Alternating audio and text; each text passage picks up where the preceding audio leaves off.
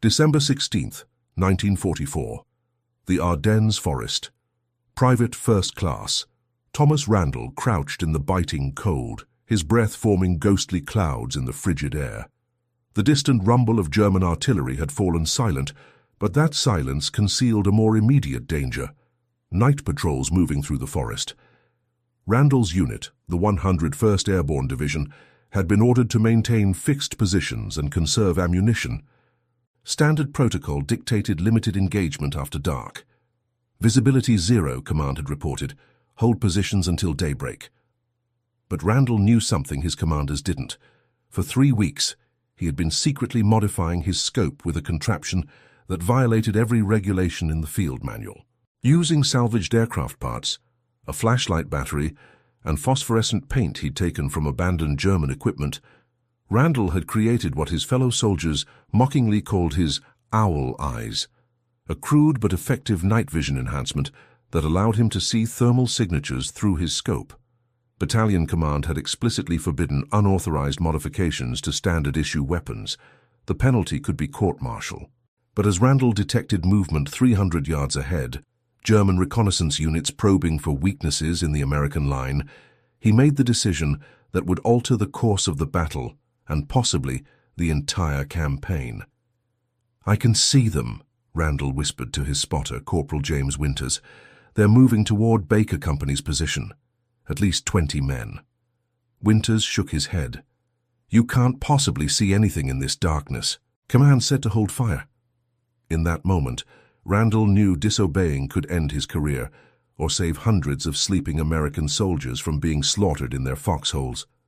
The Germans were using the cover of darkness to infiltrate American positions before launching their massive counteroffensive at dawn. With trembling fingers, he adjusted his forbidden device and took aim at the invisible enemy. Thomas Randall was born on April 12, 1923 in Clearwater, Minnesota, a small farming community where winter temperatures routinely plunged to 30 below zero. The youngest of 4 children, Randall grew up hunting white-tailed deer with his father, often before dawn or after dusk when the animals were most active. By age 12, he could track and shoot a deer in near darkness, developing an almost preternatural ability to detect movement in low-light conditions. His father, William Randall, had served in the trenches during World War I and returned home with both physical and psychological scars. "War is nothing but waste," he told his sons. "Men dying for ground that doesn't matter, following orders from officers who can't see what's happening." Despite this, when Pearl Harbor was attacked, Thomas enlisted immediately, believing that this war, unlike his father's, had clear moral purpose. During basic training at Fort Benning, Georgia, Randall's marksmanship scores were the highest in his company. His drill instructor, Sergeant Maxwell, recognized his talent immediately. "Most men shoot where a target is," Maxwell noted in his evaluation. "Randall shoots where a target will be." This uncanny predictive ability, combined with exceptional patience and steady hands, made him a natural candidate for sniper training. In sniper school, Randall's unusual background became both an asset and a liability. His hunting experience gave him advantages in fieldcraft, but his independent nature made him resistant to military discipline. He questioned instructors about standard-issue equipment, suggesting modifications based on his civilian hunting experience. This earned him the nickname Professor among his peers, not entirely affectionately. "The kid can shoot," his marksmanship instructor reported, "but he doesn't understand that war isn't hunting. In war, you follow orders, you use standard equipment, and you don't improvise unless you're ordered to." Randall struggled with this philosophy. In hunting, adaptation and improvisation were virtues. If something didn't work, you fixed it. If conditions changed, you adjusted. The rigid adherence to protocol seemed counterproductive, especially when lives were at stake. Nevertheless, he graduated in the top 3 of his class and was assigned to the 101st Airborne Division in September 1944. His integration into the unit was rocky. Most of the men had fought together in Normandy and Operation Market Garden. They viewed replacement troops with suspicion, especially ones with specialized training who hadn't proven themselves in combat. Randall's habit of tinkering with his equipment didn't help matters.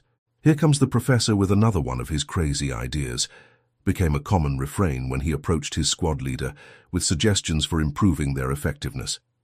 His immediate superior, Staff Sergeant Miller, was particularly resistant. "The Army has spent millions developing this equipment," he'd say. "You think you know better than the entire United States Ordnance Department?" Randall would often reply, "I know what works in these conditions," which didn't endear him to the chain of command. By December 1944, Randall had participated in several combat operations, distinguishing himself with 13 confirmed enemy kills. His accuracy was unprecedented, but his methods remained unconventional. He preferred to operate alone or with a single spotter, often choosing positions that seemed unnecessarily exposed but provided better fields of fire. He experimented with camouflage techniques not taught in training, incorporating local materials that better matched the specific terrain. These successes earned him grudging respect from his fellow soldiers, but continued skepticism from officers who viewed his innovations as potentially dangerous departures from tested tactics. What no one knew was that Randall had been working on his most radical modification yet, one that would soon become both his greatest violation of protocol and his most significant contribution to the war effort. The Ardennes offensive, which would later become known as the Battle of the Bulge, represented Adolf Hitler's last desperate attempt to split the Allied forces in northwest Europe and perhaps force a negotiated peace. The Germans had assembled 25 divisions, approximately 250,000 men, for a massive surprise attack through what Allied commanders considered an unlikely route, the dense, hilly Ardennes forest in Belgium and Luxembourg. The American forces holding this sector were spread thin. The First Army had placed inexperienced divisions there to gain combat experience in what was considered a quiet sector, while veteran units were rested and refitted. The terrain itself was considered a natural barrier to major offensive operations, especially in winter. Dense forests, narrow roads, and steep ravines made it difficult to move large formations of troops and tanks. On December 16th, 1944, the Germans launched their offensive with a massive artillery barrage, followed by infantry and armored attacks all along the front. The Americans were caught completely by surprise. Poor weather grounded Allied aircraft, eliminating their air superiority. Fog and snow limited visibility, allowing German units to advance undetected. In some sectors, entire American companies were overrun before they could organize an effective defense. The 101st Airborne Division, to which Private First Class Randall belonged, had been refitting in France after Operation Market Garden when they received emergency orders to move to Bastogne, a critical road junction in Belgium. They arrived on December 19th as German forces were encircling the town. The division commander, Brigadier General McAuliffe, organized a perimeter defense, but the situation was precarious. The Germans held overwhelming numerical superiority. Against the 17,000 airborne troops defending Bastogne stood elements of 5 German divisions, including the elite 5th Panzer Army, nearly 50,000 men with tanks, artillery, and air support. The Americans were low on ammunition, medical supplies, and winter clothing. Many soldiers suffered from trench foot and frostbite in temperatures that hovered around 10 degrees Fahrenheit. Communication was sporadic. Radio equipment frequently malfunctioned in the cold, and German units had infiltrated American lines, cutting telephone wires and ambushing messengers. Units often operated with limited information about adjacent positions or enemy movements. It was in this context that night operations became critically important. The Germans, desperate to capture Bastogne before Allied reinforcements could arrive, conducted extensive night patrols to probe for weaknesses in the American perimeter. Standard doctrine for both sides dictated limited engagement after dark. Without specialized night vision equipment, which wouldn't be widely deployed until decades later, soldiers relied on flares and starlight for visibility, making accurate fire nearly impossible. The American forces had strict orders: conserve ammunition during the night, report enemy movements but avoid engagement unless directly attacked, and wait for daylight to conduct offensive operations. These orders made tactical sense given the technology available, but they gave the initiative to the Germans, who used darkness to maneuver with relative impunity. For Randall, these restrictions were increasingly frustrating. His pre-war experience had taught him that darkness could be an advantage to the hunter who knew how to use it. He had been conducting his own experiments with various materials to enhance night visibility, and by mid-December he believed he had developed a workable solution. The question was whether he would be permitted to use it, or whether he would have to disobey direct orders to prove its effectiveness. The regimental commander, Colonel Robert Sink, had established clear protocols. "We cannot waste ammunition firing blindly into the darkness. Every bullet must find its target. At night, our job is to observe and report. Engage only when the enemy is within 50 yards and directly threatening your position." These orders would soon be tested, as the Germans prepared for a major night infiltration that could potentially break through to Bastogne's vulnerable supply depot, a development that would likely mean defeat for the surrounded Americans. The temperature had dropped to 7 degrees below zero as darkness fell on December 20th. Randall and Winters were positioned on a wooded ridge overlooking a shallow valley, where intelligence suggested German units might attempt to move artillery pieces forward under cover of darkness. They had been in position since 1400 hours, carefully concealing their location and establishing multiple escape routes in case they were discovered. Their orders were explicit: observe and report any enemy movement, but do not engage unless directly threatened. Battalion headquarters was 5 miles behind them, and radio contact was sporadic due to the weather conditions and German jamming. At 1900 hours, Randall detected the first signs of movement.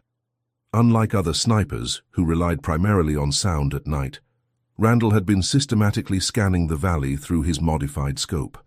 The device he had created was crude by later standards, but revolutionary for 1944.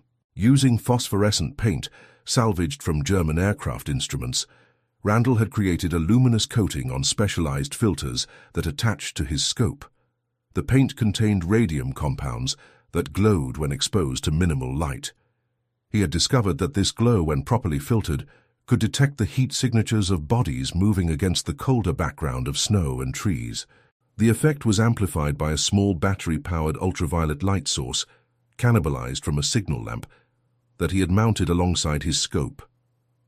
The result wasn't true night vision, as modern soldiers would understand it, but rather an enhanced ability to detect thermal contrasts in near-total darkness. The modifications violated at least 7 regulations regarding the handling of standard-issue equipment and potentially exposed their position due to the faint purple glow visible only at very close range. "I've got movement," Randall whispered. 11 o'clock, approximately 300 yards, a column of men moving slowly up the ravine. Winters, who couldn't see anything through his standard binoculars, was skeptical. "Are you sure? I don't hear anything."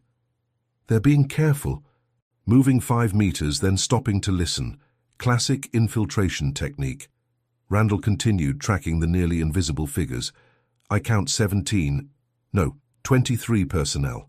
They're carrying something heavy, probably machine guns or mortars." Winters reached for the radio.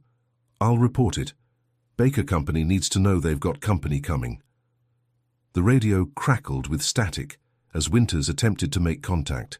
After 3 attempts, a faint voice responded, "Lightning 6, this is Baker Actual, report unreadable. Say again, over." Winters tried once more, speaking slowly and clearly. "Baker Actual, this is Lightning 6. Enemy patrol, approximately platoon strength, moving toward your position from the northeast ravine. Estimate they will reach your perimeter in 30 minutes. Over." The response was immediate and frustrating. "Lightning 6, maintain observation. Do not engage. Repeat, do not engage. We have no confirmation of enemy movement in that sector. Flares report negative visibility. Hold position and continue monitoring. Out." Winters set down the radio with a curse. "They don't believe us. Without visual confirmation from multiple sources, they won't wake the company." Randall continued tracking the German patrol through his scope. They were moving with practiced efficiency, clearly elite troops familiar with night operations. At their current rate, they would reach the sleeping American company in less than 20 minutes. Baker Company had set up defensive positions, But their focus was on the main road, not the ravine that the Germans were now using to bypass their perimeter. "They'll be massacred," Randall said quietly. "The Germans will be inside their lines before anyone realizes what's happening." Winters nodded grimly. "I know, but orders are orders." "We report. We don't engage unless directly threatened." Randall made a quick calculation. The German patrol was 300 yards away, an extremely difficult shot in daylight, nearly impossible in darkness. With his modifications, he believed he could hit a man-sized target at that range, but doing so would reveal their position. More significantly, it would be a direct violation of standing orders. "They've got a radio operator with them," Randall observed, "and what looks like an officer leading the patrol. If I take them out, it might disorganize them enough to buy Baker Company sometime." Winters shook his head firmly. "Absolutely not. That's a negative, Randall. We have explicit orders. Breaking radio silence with unauthorized fire could compromise the entire sector. Every German artillery spotter for miles will zero in on our position." Randall was silent for a long moment, watching as the German patrol navigated expertly through the darkness. They were now 250 yards away and moving more confidently, having encountered no resistance. Through his scope, he could see that several soldiers were carrying what appeared to be flamethrowers, weapons that would be devastating against the wooden bunkers where Baker Company had established their command post. "James," Randall said quietly, using his spotter's first name, "there are 217 men in Baker Company. If those Germans reach their position undetected, how many do you think will survive?" Winters didn't answer immediately. As a veteran of Normandy, he had seen entire units wiped out due to failures in early warning. Finally, he said, "It's not our call to make, Tom. The chain of command exists for a reason. Because officers 5 miles behind the lines know better than the men who can actually see what's happening," Randall countered, echoing his father's words about World War I. Through his scope, Randall could now clearly identify the patrol leader, a tall officer wearing the distinctive uniform of the Waffen-SS. The man moved with confidence, occasionally consulting a map and giving hand signals to his patrol. This was not a random probe, but a carefully planned operation with a specific objective. Winters tried the radio once more. "Baker actual. Urgent update. Enemy patrol has flame weapons and is now 250 yards from your northeast perimeter. Please acknowledge, over." The radio remained silent for 30 seconds, then crackled with the same response. "Lightning 6, maintain position. Visibility negative in all sectors. No confirmation of enemy movement. Out." Randall made his decision. "I'm taking the shot." "Randall, don't. If I'm wrong, I'll face court-martial. If I'm right, Baker Company lives." He made minute adjustments to his scope, compensating for distance, wind, and the cold temperature's effect on ballistics. Spotting 300 yards, wind 3 knots from the west, temperature -7 degrees.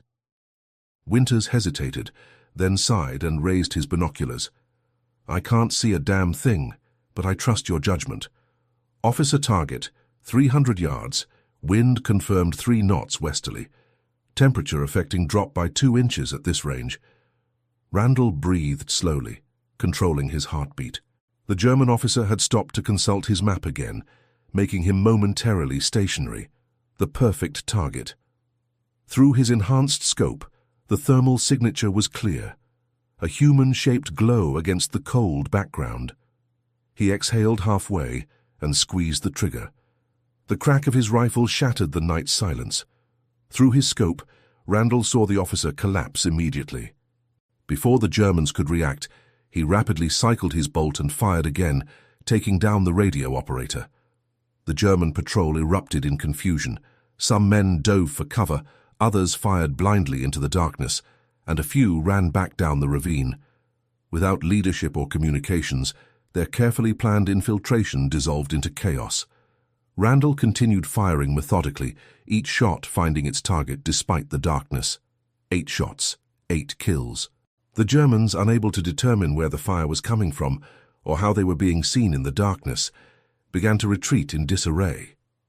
Across the valley, Baker Company had come fully alert. Flares shot into the sky, illuminating the retreating Germans. who were now exposed in open ground. American machine guns opened fire, cutting down the remaining patrol members. What had been an elite infiltration unit was now a scattered group of survivors fleeing for their lives. Winters was already breaking down their position. "We need to move immediately. Every German artillery unit in the sector will be zeroing in on this location." Randall quickly disassembled his rifle, carefully preserving the modified scope. "Baker Company is alive because we broke the rules." "Baker Company is alive because you're the luckiest shot in the European theater," Winters countered. "Or the craziest. Let's move before we find out which." They had barely cleared the ridge when German artillery began pounding their former position. As they made their way back through American lines, Randall knew he would have to explain his actions and his unauthorized equipment modifications to commanding officers who prioritized protocol over initiative. What he couldn't know was that his act of disobedience would ultimately save not just Baker Company, but possibly the entire Bastogne perimeter, as the German patrol he had stopped was the vanguard of a much larger infiltration force poised to exploit any breakthrough. The aftermath of Randall's unauthorized engagement was immediate and multifaceted. As he and Winters made their way back to the battalion command post, the night sky behind them lit up with artillery fire and flares. German units, having lost their infiltration team and the element of surprise, launched a disorganized attack that was easily repelled by the now fully alert American defenders. Captain Harold Morrison, Baker Company's commander, was waiting for them when they arrived. His expression was unreadable as Randall and Winters reported in. "You disobeyed direct orders," Morrison stated without preamble, "endangered your position, potentially compromised our entire defensive strategy, and initiated engagement without authorization." Randall stood at attention, his face betraying no emotion. "Yes, sir." "You also saved my entire company," Morrison continued, his tone softening slightly. "The patrol you engaged was leading a battalion-strength attack force. If they had breached our perimeter undetected, we would have been overrun within minutes." Winters spoke up. "Sir," Private Randall had visual confirmation of the enemy through his scope. He made a tactical judgment based on the immediate threat. Morrison's eyes narrowed. "His scope? Standard M1903A4 scopes don't function in pitch darkness, Corporal. What exactly are you saying?" There was a moment of tense silence. Randall knew that revealing his modifications could result in charges more serious than disobeying orders. Unauthorized alteration of government equipment during wartime could be construed as sabotage. Before he could respond, the battalion commander, Major Davis, entered the bunker. "I want to see the man who shot up a German patrol in the dark," he announced, "and I want to know how the hell he did it." Randall had no choice. He removed his modified scope from his pack and presented it to the officers. "Self-developed night visibility enhancement, sir. It uses phosphorescent material to detect heat signatures against cooler backgrounds. The effect is amplified by a small ultraviolet light source." Major Davis examined the device with undisguised curiosity. "You built this yourself? From what?" "Salvaged materials, sir. The phosphorescent paint came from captured German aircraft instruments. The ultraviolet light was adapted from a signal lamp. The filters were manufactured from medical X-ray film. Where did you learn to do this kind of modification?" "Hunting in Minnesota, sir. My father and I developed similar techniques for tracking deer at night. The principles are the same, though the materials here are more advanced." Davis and Morrison exchanged glances. Finally, Davis spoke. "Normally, this kind of unauthorized modification would land you in serious trouble, Private. But these aren't normal circumstances." He handed the scope back to Randall. "Captain Morrison will write up a full report of tonight's action. In the meantime, I want you to prepare a detailed explanation of how this device works. Our technical staff will want to examine it." "Am I being charged, sir?" Randall asked directly. Davis considered for a moment. "Not at this time. The results speak for themselves. But understand this, you got lucky tonight. Disobeying orders in combat is still a serious offense, regardless of the outcome." As they left the command post, Winters muttered, "That went better than expected." Randall nodded. "They're curious about the scope. That's buying us some goodwill." "Don't get comfortable," Winters warned. "Once the immediate crisis passes, the Army has a long memory for broken regulations. Over the next 72 hours, the scope's effectiveness would be dramatically demonstrated again and again. German attempts to infiltrate American lines at night were repeatedly thwarted by Randall's ability to detect and engage targets in near-total darkness. Word spread quickly among the troops. There was a sniper who could see in the dark, and he was decimating German night patrols. Randall worked with 4 different spotters during this period, each time refining his techniques and improving the effectiveness of his modified scope. By December 23rd, he had 27 confirmed night kills, an unprecedented achievement that drew attention from regimental command.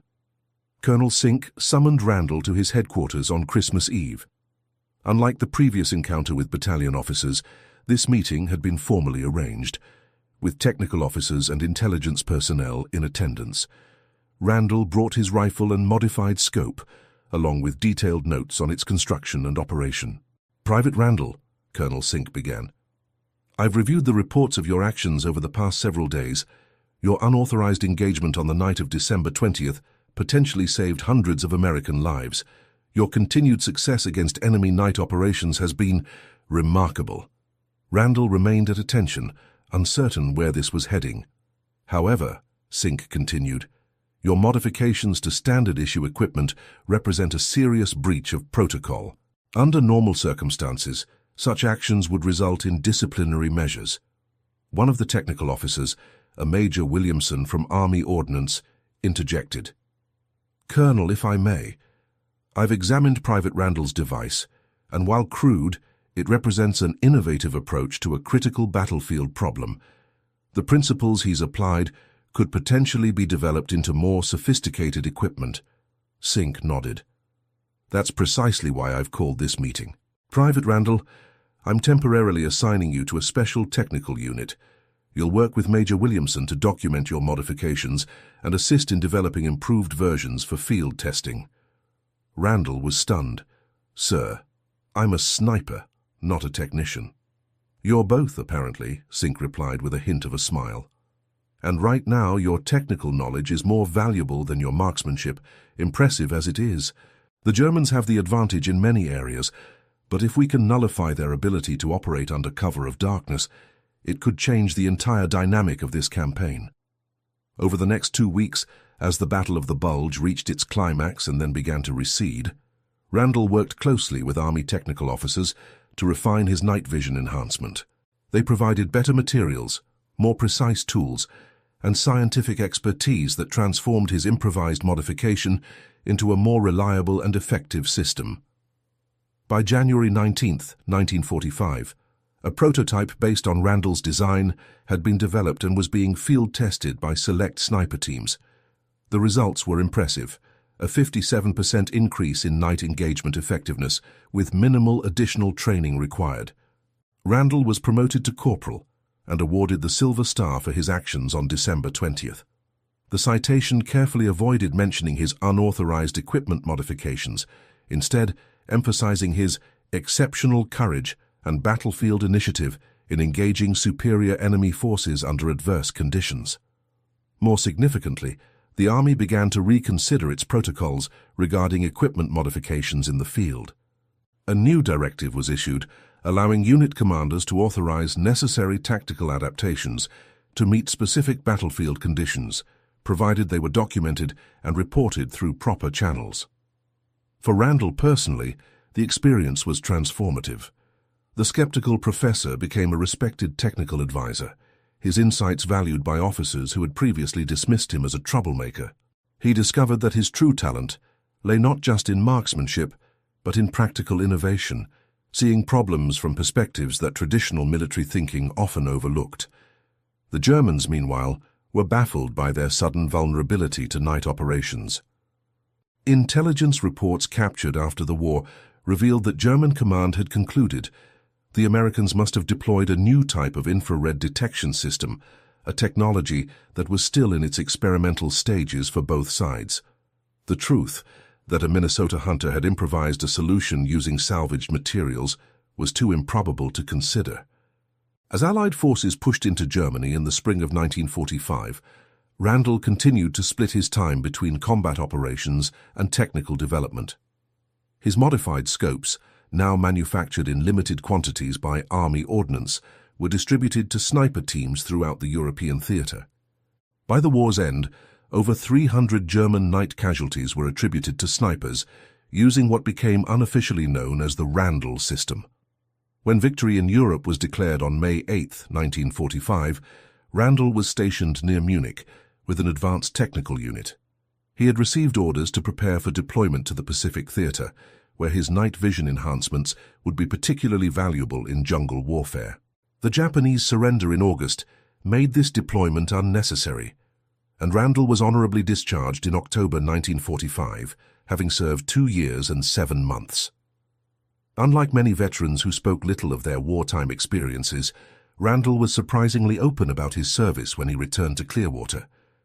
He didn't dwell on the killing. He had taken 73 enemy lives during his tour, but instead focused on the technical challenges he had overcome and the lessons learned about institutional resistance to innovation. He married his hometown sweetheart, Eleanor Mitchell, in November 1945. Using his technical experience and veterans' benefits, he enrolled in engineering courses at the University of Minnesota. By 1950, he had earned a degree in optical engineering and found employment with a manufacturing company that specialized in hunting and sporting equipment. The most significant aspect of Randall's post-war life was his continued innovation in optical systems. In 1952, he patented a civilian hunting scope that incorporated principles similar to his wartime modification, though using more sophisticated materials. This became the foundation for Randall Optics, a company he founded in 1955 that specialized in low-light visibility equipment for both civilian and military applications. The company remained small but highly respected within its niche. Randall deliberately avoided major military contracts, preferring to focus on practical applications for hunters, wildlife researchers, and search and rescue teams. "I've seen what happens when innovation gets swallowed by bureaucracy," he explained in a 1968 interview. "Sometimes the best solutions come from outside the system." Throughout the 1950s and 60s, Randall maintained correspondence with several members of his former unit, including James Winters, who had become a police officer in Chicago. Their letters often reflected on how their wartime experiences had shaped their approach to problems and authority. "What I remember most," Winters wrote in 1963, "is how certain everyone was that you were wrong, right up until the moment you proved you were right. It taught me to question assumptions, even when they come from experts." In 1971, 27 years after the Battle of the Bulge, Randall received an unexpected letter from the United States Army Infantry School at Fort Benning. They were developing a new curriculum on battlefield innovation and adaptability, and his case study, now declassified, was being included as an example of how initiative and technical improvisation could overcome seemingly insurmountable tactical challenges. The letter included statements from survivors of Baker Company, many of whom had never known the full story of how they had been saved that December night. One letter from former Private Edward Collins was particularly moving. "I had 3 children and 7 grandchildren after the war. None of them would exist if you hadn't seen what nobody else could see and done what nobody else would do. I've told them all about the night an angel with a rifle watched over us." Randall was invited to speak at the infantry school in 1972, where he addressed a class of officer candidates about the balance between discipline and initiative in combat situations. "Rules exist for good reasons," he told them, "but circumstances sometimes arise where following the rules leads to disaster. The challenge is knowing the difference and having the courage to act when lives are at stake." This philosophy became increasingly integrated into military training throughout the 1970s and 80s. Rand Corporation studies of battlefield innovation cited the Randall incident as a textbook example of how frontline adaptability could overcome technological limitations and doctrinal rigidity. More broadly, Randall's story became part of military folklore, one of those semi-legendary tales that instructors share with new recruits to illustrate that sometimes the right thing and the regulation thing aren't the same thing. The technical aspects of his innovation were eventually superseded by true electronic night vision devices, but the principle remained relevant. Sometimes the best solution isn't in the manual.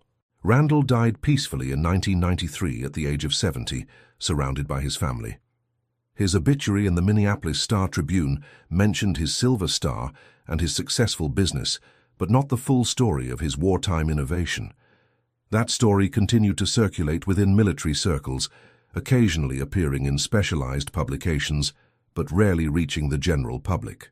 It wasn't until 2018, 74 years after the Battle of the Bulge, that a comprehensive account was published. Military historian Robert Carlson's book, Invisible Victories: Unauthorized Innovation in World War II, dedicated an entire chapter to Randall's night vision enhancement and its impact on tactical doctrine. Using declassified documents and interviews with surviving veterans, Carlson presented the most complete picture yet of how one soldier's willingness to break the rules potentially changed the course of a pivotal battle. The book revealed that Randall's modifications had directly influenced post-war research into night vision technology. Several of the scientists involved in developing the first generation of electronic night vision devices in the 1950s had examined Randall's work and incorporated elements of his approach, particularly regarding the detection of thermal variations. This connection had been classified for decades due to the sensitive nature of the technology. Most poignantly, Carlson discovered that German records captured after the war included a special directive issued on December 28, 1944, ordering all night operations in the Bastogne sector to be suspended indefinitely. The reason cited was unexplained American capability to engage targets in complete darkness with unprecedented accuracy. This directive effectively eliminated one of the Germans' key tactical advantages during the critical phase of the battle when weather conditions were preventing Allied air support. In the years following Carlson's book, interest in Randall's story grew. Documentary filmmakers, military academies, and corporate leadership programs all found valuable lessons in the tale of a young soldier who trusted his judgment over established protocol and saved countless lives in the process. Perhaps the most fitting tribute came in 2020, when the United States Army Night Vision and Electronic Sensors Directorate at Fort Belvoir, Virginia, named their innovation laboratory after Thomas Randall. The plaque at the entrance bears a quote from his 1972 speech at Fort Benning. "The greatest threat in combat isn't the enemy's strength, but our inability to see beyond our own limitations." The story of Thomas Randall offers a profound lesson that resonates far beyond military history. In moments of crisis, the courage to challenge established norms, to see what others cannot or will not see, can literally mean the difference between life and death. His experience reminds us that rules and protocols, however well-intentioned, are created based on known conditions and available technology. When circumstances change, sometimes only those on the front lines can recognize the need for adaptation. The most striking aspect of Randall's innovation wasn't just its technical ingenuity, but the moral courage it required. Facing the possibility of court-martial and disgrace, he chose to trust his own judgment over institutional wisdom.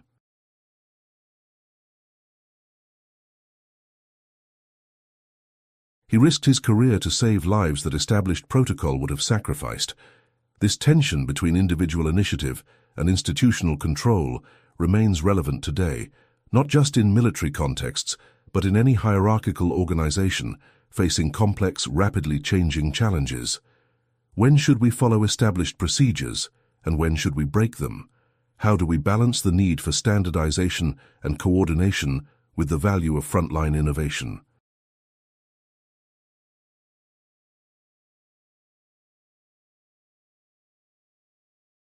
These questions have no simple answers, but Randall's story suggests that sometimes the person who sees the truth most clearly is the one willing to look beyond accepted limitations. What shocked you most about this story? Was it the fact that a simple hunting technique adapted for warfare saved hundreds of lives? Or perhaps the revelation that military bureaucracy initially resisted an innovation that later became standard practice? Or maybe it was learning that one person's willingness to risk everything, career, reputation, freedom, could alter the course of a pivotal World War II battle. The courage to see differently, to act when others hesitate, to risk everything for what you know is right. These are the qualities that transform ordinary people into heroes whose impact echoes across generations. Thomas Randall's legacy lives not just in the lives he saved on that frigid December night, but in every instance where someone finds the courage to trust their own vision when the world insists they cannot possibly see what they claim to see. If this story moved you, share it with someone who appreciates how individual courage and innovation can overcome seemingly impossible odds.